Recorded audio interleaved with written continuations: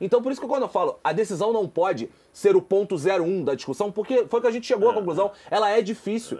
Tem que ser discutido o trabalho, tem que ser discutido a organização, no caso, a desorganização com 10 e também com 11. Porque o segundo gol que o São Paulo tomou foi com 11 e tava tudo desorganizado também, pô. Aí que tá.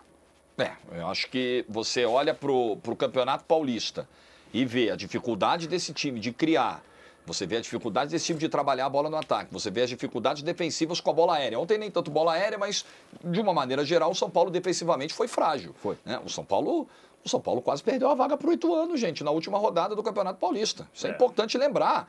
E aí uma você... partida indecente. Sofrível. Indecente. Do primeiro ao último minuto do jogo. Lamentável. Então o que você espera depois de 18 dias, né? E aí, aqui, eu pelo menos... Eu não sou incentivador de contratação de ninguém, muito menos de demissão. Sim, isso não é meu papel, acho que isso não é um papel de nenhum de nós.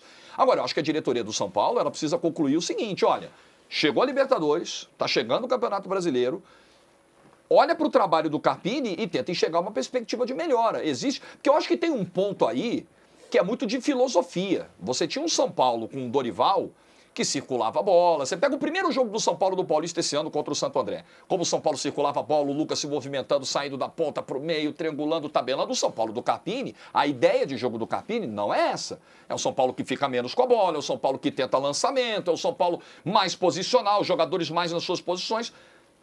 A diretoria do São Paulo ela chegou num momento em que ela precisa entender as ideias do Carpini casam ou vão casar um dia com as características desse elenco, é preciso chegar a essa conclusão rapidamente, porque a Libertadores chegou, o brasileiro tá chegando, cara. É um problema. Se você olhar, por exemplo, até a Supercopa, eu acho que o São Paulo se parecia um pouco mais com o São Paulo do Dorival. Você falou do início do Paulista, eu concordo, mas eu até coloco até a Supercopa. Porque até tinha um pouquinho uma coisa diferente, o Wellington Rato um pouco mais recuado, o Lucas pela ponta esquerda. Depois que ganha a Supercopa, a minha sensação é que o Carpini falou, agora eu vou assinar esse trabalho. Agora eu tô em paz. Agora eu tô em paz Perfeito. pra assinar esse trabalho com a minha cara. Ganhou do Corinthians também, é verdade. Na mesma semana. Quebrou o tabu. E aí o Carpini falou, agora eu vou assinar esse trabalho com a minha cara. E aí foi exatamente a partir daí que a coisa começou a evoluir. Mas eu deve dizer que ele ganhou do pior Corinthians num Campeonato Paulista desde 1932, naquele momento. O que não tira o mérito do São Paulo e do trabalho dele. É que eu acho que assim, a gente tem dificuldade de cravar isso. Como o Jorge colocou hoje, as ideias do Carpini, eu não sei muito bem quais são as ideias do Carpini hoje. É que o São Paulo ele é um com o Lucas e é outro sem. E eu acho que o Carpini praticamente não teve o Lucas. O Carpini praticamente não teve o Lucas. Assim, então, esse é um ponto. E já não vai ter de novo agora. Mas né? em meia hora ontem teve e não foi legal. Pouco menos, né? Pouco menos. 29 minutos. 20 e poucos minutos. Lá, o Tajeres é um bom time. É que eu acho que pra gente construir esse trabalho, o fato dele não ter, por exemplo, o Lucas, eu acho que atrapalha demais. Porque o São Paulo, sem o Lucas, eu acho que ele perde muito. Eu também acho. Em todos os níveis, nessa movimentação que o Jorge falou, é um ponto. E já não vai ter de novo. Não sei como é que vai ser a gravidade, não sei, enfim. Acho que é um problema. O fato o trabalho não aconteceu até aqui, né? Acho que isso está muito claro, o trabalho não aconteceu.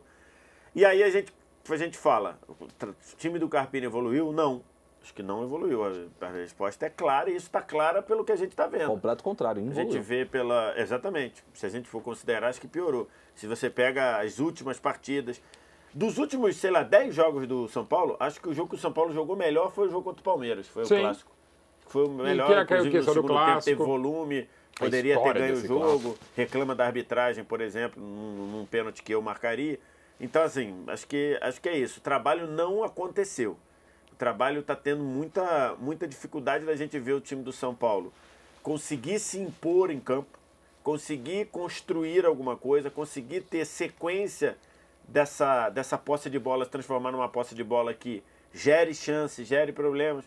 E gera problemas para o adversário, e isso é um fato. Isso é evidente que não aconteceu o trabalho até aqui, e a gente já está em abril, né? A gente está para o começo da temporada, dentro desse calendário que a gente tem. Agora, a gente fala do Lucas, que ficou fora em alguns momentos, e agora pode ser que fique fora por mais um tempo, né? Porque saiu machucado ontem. Mas tem uma outra peça que a gente precisa entender, assim, o funcionamento, se vai ter esse encaixe, se não vai. E agora com uma nova lesão do Lucas é muito provável que o São Paulo precise ainda mais dele, que é o Rames Rodrigues. E que ontem começou como titular. Mais uma vez o Rames titular. E eu vi algumas opiniões, assim, divergentes. Teve gente achando que o Rames se esforçou, foi bem dentro do possível, foi mais prejudicado pelo sistema. Outros achando que o Rames foi discreto, como a gente coloca aí na tela para a galera. Acho que é um pouco da visão da produção. Foi meio que uma divisão de opiniões ontem. Como é que vocês viram a partida do Rames? O Rames entra na lista de culpados pelo que aconteceu ontem? Ou ele fez o possível e sai até meio absolvido? Eu acredito que sim, para a condição física. Ao mesmo tempo você pode falar, pô, mas tem que jogar mais? Tem. Mas estava jogando e é um jogo que já seria 11 contra 11 complicado. É na Argentina, por aquele histórico, não vou ficar repetindo aqui. As qualidades do Tacheres, assim, discreta porque todo mundo é meio que discreto ontem no São Paulo pelas circunstâncias. Não dá para demonizar, de novo, não. E o que se imaginava na condição física. Boa partida, mas ao mesmo tempo, pela experiência de Copa do Mundo, de Real Madrid, de Bayern de Munique, pelo jogador que é tal, um pouquinho mais sim, mas não dá para assim. Então, esse era o jogo? Claro que não. Eu acho que um jogo, Wallace, de um São Paulo que abuse de lançamento, que vá para o choque, para o confronto, que fique menos com a bola. Eu acho que esse jogo não prioriza as características do Rames. Cara, é 100% ponto, isso. Né? Eu assino 100% falou. Eu acho assim, eu acho que dentro de um jogo muito ruim do São Paulo ontem, apesar do Rames não ter criado, você fala assim, caramba, aquela chance que o Rames deixou o André Silva na cara do gol. Isso não existiu. Ele não criou essa chance. Mas eu acho que o Rames conseguiu organizar, quando ele teve a bola no pé, ele conseguiu organizar o time bem, fez com que o time tivesse posse de bola, fez com que o time sofresse menos. O Mauro foi muito bem. O Talheres é vice não, né? É segundo colocado hoje no Campeonato Argentino, é um time arrumado. Então fez com que o São Paulo tivesse a bola. Quando você vai para essa questão do esquema de jogo, cara, na minha cabeça, como diria Cristiano Ronaldo, eu acho que quando você vai montar um time, ainda mais no caso do São Paulo, você tem que pegar o teu melhor talento, que no caso é o Lucas, mas o segundo melhor talento é o Rames. Você tem que montar um time para esses caras. Como é que funciona o esquema de jogo para esses dois caras? O resto corre. O resto faz função, no final das contas, para resolver problema. O resto faz função para fazer com que esses caras tenham a bola no pé, tranquilo. Recentemente, só para fechar, eu vi o excelente podcast do Denilson Show. Grande Denilson Show. Com o Chico Garcia. Estava falando sobre a seleção de 2002. E eles falando assim, cara, muita gente acha que aquela seleção só jogava pra frente, que só jogava com a bola, que só... Eles mesmos falaram. Aquela seleção eram 9 caras correndo pra 2 decidirem. E isso também a gente precisa levar em consideração. Se a seleção de 2002, que tinha Ronaldinho Gaúcho, que tinha Cafu, que tinha Roberto Carlos, eram 9 caras pra 2 decidirem, e eles falaram, não fui eu, não sou eu que tô falando. E se bota o Tetra também mais Imagina ainda, em 94, Paulo, Bebeto e Romário. Aliás, quem acha que a seleção de 2002 eram só os caras correndo do meio pra frente e se esquece que o treinador era o Filipão, tá errando bastante na análise aí. Porque a questão, VSR, é a seguinte, aquilo que o Wallace fala, poxa, você tem que montar, se você tem caras da qualidade, do talento de um Luciano e de um Rames, você tem que moldar a tua proposta, né, de forma que você tire o melhor desses caras, do Lucas e do Rames. Agora, precisa saber se o Capiri tá afim de ter o Rames, né? Só que nesse momento, ainda mais com essa quantidade de lesões, assim, não dá muito para abrir. Acho que o Rames precisa melhorar, precisa render mais, mas o Capiri precisa achar uma maneira do Rames também se encaixar melhor no esquema. Não dá para abrir mão de um cara com esse talento. Já que ele tá lá, tem que ter, né, VSR? Não, tem que ter. Você tem que fazer, você tem que usar um Rames próximo do que ele é da seleção colombiana. Ontem eu estive lá no programa do Craque Neto e falei lá, e aí ele falou, e é verdade, o Rames sempre jogou mais na Colômbia do que nos clubes, inclusive no Real, inclusive no Bayern. Então, assim, isso é uma constante na carreira dele. Mas cabe ao São Paulo chegar próximo de usar e de se beneficiar do Rames como a seleção colombiana faz. Então, e aí você precisa dar ritmo a ele, você precisa ter sequência, você precisa que a bola chegue ao Rames um pouco menos quebrada, porque se você vai, essa bola fatiada para ele brigar, para ele dar porrada, tomar porrada de zagueiro, não é o jogo dele. Tinha hora ontem que ele vinha para a primeira linha de meio campo buscar a bola, para tentar dar o passe de saída. Porque a bola não estava chegando para ele tentar distribuir. Então, assim, não é. O Rames, ele tá ali naquela posição ali do meio da intermediária, que o Mauro consagrou, das entrelinhas, né? Então ele tem que estar ali, ele tem que receber a bola ali. Ali ele está mais próximo e o São Paulo não está conseguindo. E é mais um problema do São Paulo que não aconteceu na mão do Carpini, né? Você não tem... Até pro próprio Lucas tem sido difícil. O próprio Lucas não recebe essa bola numa condição que ele possa decidir. Várias vezes o Lucas volta, várias vezes o Lucas encosta no lateral para quase receber a bola em domicílio. Então, assim, acho que é um pouco dessa falta de condução, de construção do time sob o comando do Carpini. Ontem, eu acho que até porque a gente imaginava do Rames, eu acho que ele fez até um jogo ok.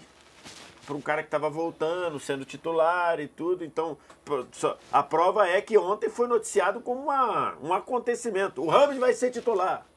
Foi noticiado como um acontecimento. No grupo... Teve plantão. No nosso grupo de WhatsApp que a gente vende as notícias, nossa grande Priscila Ciorães botou lá: Rames vai ser titular, exclamação, caixa alta, exclamação. Assim, que era uma coisa que não deveria acontecer, deveria ser. Só que agora que não tá devia começando. acontecer no nosso grupo ou o próprio Rames? Esse tamanho, Não deveria acontecer esse espanto com o Rames ser titular. O Rames ser titular deveria ser uma coisa normal. É que no São Paulo, na realidade, nessa conflituosa relação Rames-São Paulo, o Rames ser titular é vendido como uma grande notícia. Não deveria. E aí, quando você vende uma grande notícia dessa, é lógico que o cara vai estar sem ritmo, o entrosamento não vai ser dos melhores, aí agora vai depender muito dele, porque não vai ter o Lucas. O próximo jogo do São Paulo é... Cobressal. O cara lá... Cobressal é um time bem frágil, mas o cara deve falar, ó, não vai jogar o Lucas, vai ser tudo em cima do Rames, cola ô fulano, cola no Rames aí, já vai dificultar, então é tudo uma sequência de eu só tenho um situações. ponto, Jorge, que eu acho que tudo isso que a gente está falando sobre o Carpini é verdadeiro, etc. Não pode mascarar algumas atuações individuais péssimas na noite de ontem. Bem colocado A também. atuação do Wellington, lateral esquerdo, foi horrível. Tudo que ele tentou deu errado. A atuação do Pablo Maia, que é um volante que a gente... Seleção, né? Volante de seleção, um volante que a gente coloca como pilar do meio de campo do São Paulo, foi horrível. Algumas atuações ontem, elas de fato, individuais, complicaram um esquema que já era desorganizado. Só que quando eu acho que a gente... E eu acho que a gente foi bem aqui no programa na nossa análise, é claro que o Carpini tem culpa. Acho que ele é o maior culpado. Não dá pra retirar dele a maior culpa. Mas você tem questão com o DM, não dá pra quantidade de lesões que o São Paulo tem, musculares. Não dá. Isso está além do treinador. Atuações individuais, claro, passa pelo treinador, mas também precisa ser cobrado. Porque no final das contas, às vezes, quando o técnico vira vidraça, você só fala do técnico, os outros culpados dão uma escondidinha. Mas Eles vêm pra aqui, opa, estão só batendo no Carpini, eu venho pra cá, vou me esconder. E isso não pode acontecer.